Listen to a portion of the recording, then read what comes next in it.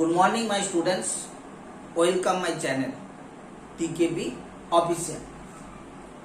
সবচেয়ে ভালো খবর যে তোমরা পড়াশোনা করছো, কারণ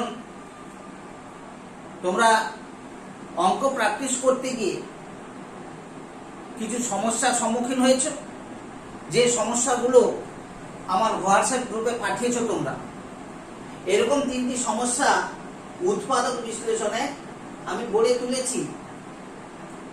কিন্তু অঙ্কগুলো উৎপাদক বিশ্লেষণ করার আগে একটা কথা তোমাদের বলে দিই, যে অঙ্কগুলো কিন্তু মোটেই কঠিন ছিল না। কারণ তোমরা একের দাগে যে অঙ্কটা তুলেছি, দেখো এই অঙ্কটা তোমাদের 8.2 অনুশীলনীর 13 দাগের অঙ্কের মতো, আর 3 দাগে অঙ্কটা এটাও দেখো সেই 8.2 অনুশীলনীর 14 দাগের অঙ্কের মতো। কিভাবে আমরা উৎপাদকটা করছি দেখে নিই।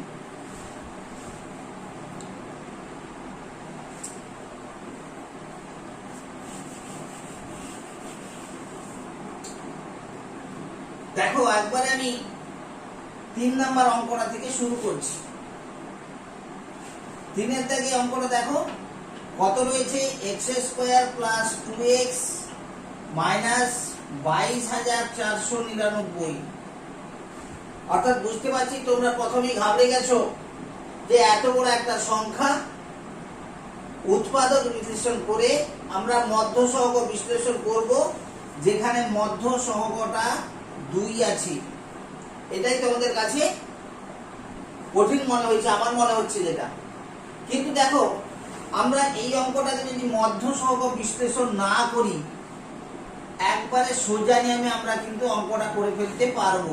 কিভাবে না, দেখো এটা x² প্লাস 2x আছে, এর সঙ্গে যদি আমি একটা যোগ করে নিই না, দেখো এটা একটা পূর্ণবর্গ রাশিমালা হবে। তাহলে এখানে আবার প্লাস 1 নিয়েছি, তাহলে দেখো এখানে স্বভাবতই -1 বাড়াতে হবে। তাহলে -1 বাড়ালে কত হবে না 22,500। তাহলে দেখো এটা তাহলে পূর্ণবর্গ আকারে যদি পরিণত করে নিই, তাহলে কি লিখবো, x + 1 এর হোল স্কয়ার মাইনাস, এটাও একটা পূর্ণবর্গ সংখ্যা। দেখো কেন তোমরা জানো 225 কার বর্গ না 15 এর বর্গ, আর তো দুটো শূন্য রয়েছে, মানে একটা শূন্য নিয়ে তার স্কয়ার করে দাও। তাহলে দেখো অঙ্কটা একবারে সহজ হয়ে গেল। a² - b² সূত্র আমরা পেয়ে গেছি।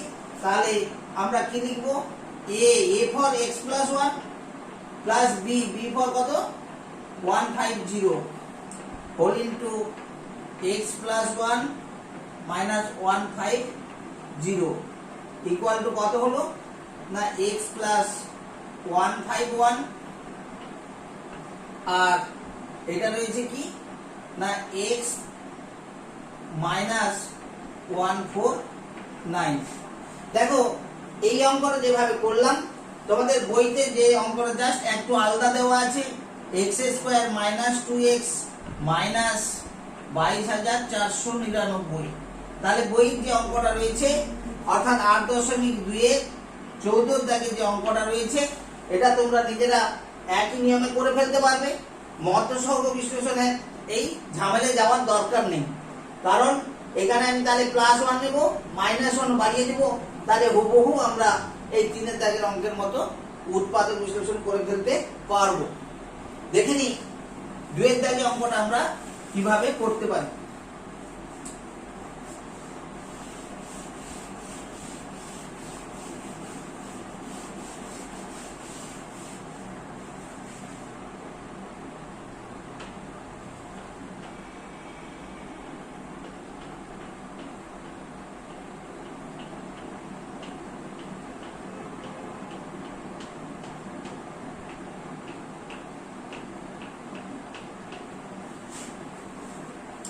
দেখো 2 দাগের অঙ্কটা আমি বলে তুলেছি। এই অঙ্কটাকে একটু ভালো করে তোমরা দেখো না, এটা একটা দ্বিঘাত সমীকরণ। যে দ্বিঘাত সমীকরণে দেখো রয়েছে কি, প্রথমে x² যুক্ত পদ তারপরে রয়েছে এক্স যুক্ত পদ, তারপরে রয়েছে দেখো পূর্ণ সংখ্যা। তাহলে দেখো এইরকম আমরা দ্বিঘাত সমীকরণ, অর্থাৎ আমরা যদি x square plus 4x plus 5 এই ধরনের দ্বিঘাত সমীকরণের সঙ্গে আমরা দ্বিঘাত রাশিমালার সঙ্গে যদি আমরা তুলনা করে নিই, তাহলে দেখো প্রথমে এক্স স্কোয়ার যুক্ত পদ, তারপরে এক্স যুক্ত পদ, তারপরে পূর্ণ সংখ্যা। তাহলে আমরা মধ্যসহগ বিশ্লেষণ করার সময় কি করি না, এক্স স্কোয়ারের সহগের সঙ্গে পূর্ণ সংখ্যা গুণ করে আমরা মধ্যসহগ বিশ্লেষণ করি। এখানে দেখো হুবহু একই রকমের অঙ্কটা রয়েছে, অর্থাৎ এটা এক্স স্কোয়ারের সহগ রয়েছে এ স্কোয়ার প্লাস 1, এক্স এর সহগ রয়েছে এ square into a square plus 2, আর পূর্ণ সংখ্যাটা রয়েছে এ স্কোয়ার প্লাস 1। তাহলে দেখো আমরা যেমন মধ্যসহগ বিশ্লেষণ করতে শিখেছি হুবহু সেই নিয়মে কিন্তু এই অঙ্কটা আমরা উৎপাদক বিশ্লেষণ করে ফেলতে পারবো। দেখে নিই, দেখো এখানে মাঝের সহগটা কিন্তু দুটো গুণফল আকারে আছে। আমার প্রথম কাজ হবে এ স্কোয়ার প্লাস 1 এক্স স্কোয়ার, এই দুটোকে গুণ করে নিই। তাহলে কত পাবো না, a two the power 4 plus 2a square into x minus a square plus 1। তাহলে দেখো আরো একটু সহজ করে নিলাম। এক্স এর সহগটা আমার এইটা রয়েছে, অর্থাৎ মধ্য সহগ আমার এইটা। মধ্য সহগ বিশ্লেষণের নিয়মে তাহলে প্রথমে কি করব, এক্স স্কোয়ারের সহগ রয়েছে আমার এ স্কোয়ার প্লাস 1, আর পূর্ণ সংখ্যা রয়েছে এ স্কোয়ার প্লাস 1। এই দুটোকে আমরা গুণ করব। তাহলে দেখো এটা এ স্কোয়ার প্লাস 1 আর এ স্কোয়ার প্লাস 1 যদি আমরা গুণ করে, একটা সূত্র পড়ে যাচ্ছে এ স্কোয়ার প্লাস 1 এর হোল স্কোয়ার। তাহলে কত হয়ে যাবে না, a two the power 4 plus 2a square plus 1। তাহলে দেখো আমার মাঝের সহগ রয়েছে a two the power 4 plus 2a square, মানে এইটুকু আছে। তাহলে আমার 1টাকে বাদ দিতে হবে। কি করে বাদ দিব না, দেখো এই দুটোর গুণফল করে যেটা পেয়েছি তার সঙ্গে একটা এক তো সর্বদা গুণ আকারে আছে।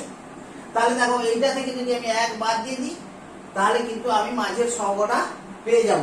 তাহলে দেখো কিভাবে করছি না, a square plus 1 into x square plus a square a to the power 4 plus 2a square plus 1 থেকে আমি 1 বাদ দিব, whole into x minus a square plus 1 equal to, তাহলে কত হলো না, এ স্কোয়ার প্লাস 1 এর whole into x square plus এইটা সূত্রে আমরা ছোট করে নিই, এ স্কোয়ার প্লাস 1 এর whole square into x minus 1 into x মানে minus x minus a square plus 1।